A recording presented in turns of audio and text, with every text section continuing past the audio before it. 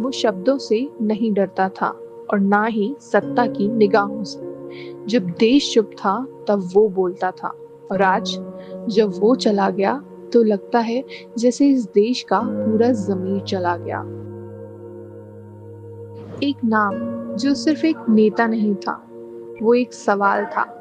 शायद सतपाल मलिक लोकतंत्र के एक वो आखिरी सिपाही थे जिन्होंने डरना नहीं सीखा। कभी मेरठ की गलियों से निकलकर राज्यसभा की कुर्सियों तक पहुंचे थे वो। 1980 में चौधरी चरण सिंह की लोकदल पार्टी से जुड़ने वाले इस इंसान ने बदलते जमाने में खुद को भी बदला, लेकिन एक चीज कभी नहीं बदली, सच कहने की हिम्मत।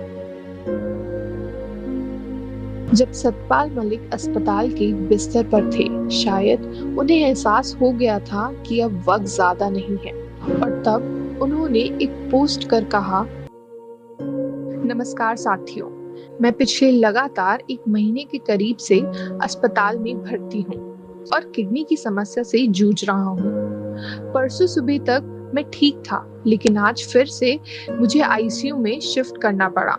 मेरी हालत बहुत गंभीर होती जा रही है। मैं रहूं या ना रहूं, इसलिए अपने देशवासियों की सच्चाई बताना चाहता हूं।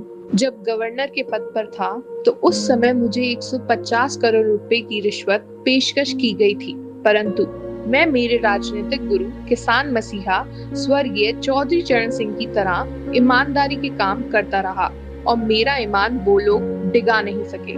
उस समय किसान आंदोलन भी चल रहे थे। मैंने बगैर राजनीतिक लालच के राज्यपाल के पद पर रहते हुए किसानों की मांगों को उठाया।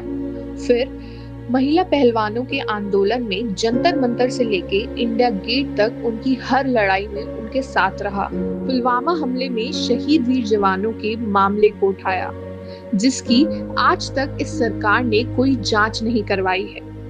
सरकार मुझे सीबीआई का डर दिखाकर झूठी चार्जशीटों में फंसाने के बहाने ढूंढती रही।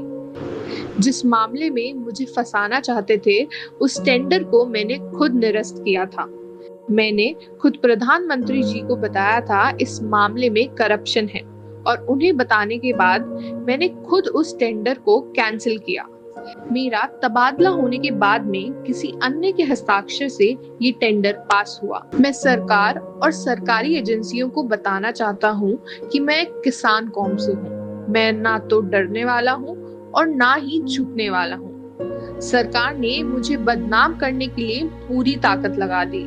अंत में मेरी सरकार से और सरकारी एजेंसियों से अनुरोध है कि मेरे प्यारे देश की जनता को सच्चाई जरूर बताना कि आपको छानबीन में मेरे पास क्या मिला।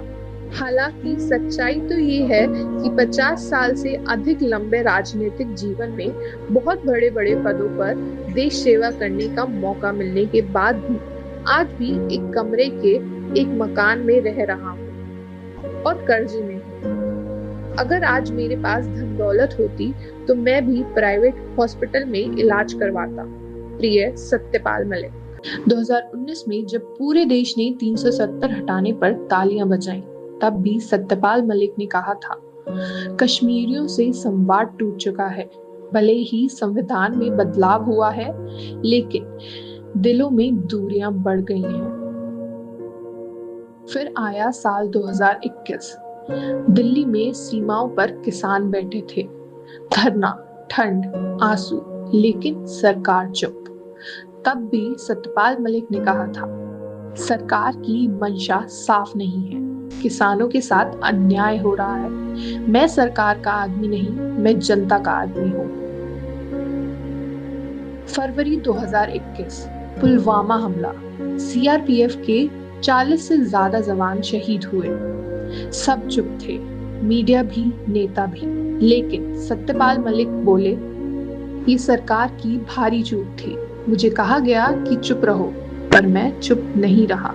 जिस दिन ये हुआ तो ये नेशनल कॉर्बेट पार्क में शूटिंग करा रहा था अपनी। 5 या 6 बजे इसका फ़ोन आया, हाँ सतपाल भाई क्या हुआ? हमारे इतने लोग मर गए हैं और हमारी गलती से मरे। तो बोला नहीं नहीं चुप रहना, अभी कुछ नहीं बोलना इस पे। मैं कहा ठीक है, मैं समझा कुछ जांच वाँच कराएंगे, उस पर असर पड़ेगा। तीसरे दिन इनका आ गया कि पुलवामा की शहादत को याद रखो और अब हम बालाकोट करेंगे। पुलवामा के शहीद इसलिए हुए कि उन्होंने 5 एयरक्राफ्ट मांगे थे। अगर वो मेरे से मांग लेते तो मैं इमीडिएटली कर देता। 4 महीने तक एप्लीकेशन उनकी पड़ी रही होम मिनिस्ट्री में और 4 महीने बाद वो खारिज कर दी कि नहीं देंगे। सत्यपाल मलिक सिर्फ नेता नहीं थे, वो जमीन की आवाज थे।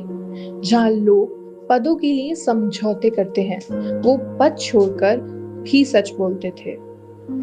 आज जब वो नहीं है तो लगता है जैसे हमने एक दरवाजा खो दिया है जो सांसद से जनता तक खुल रहा था।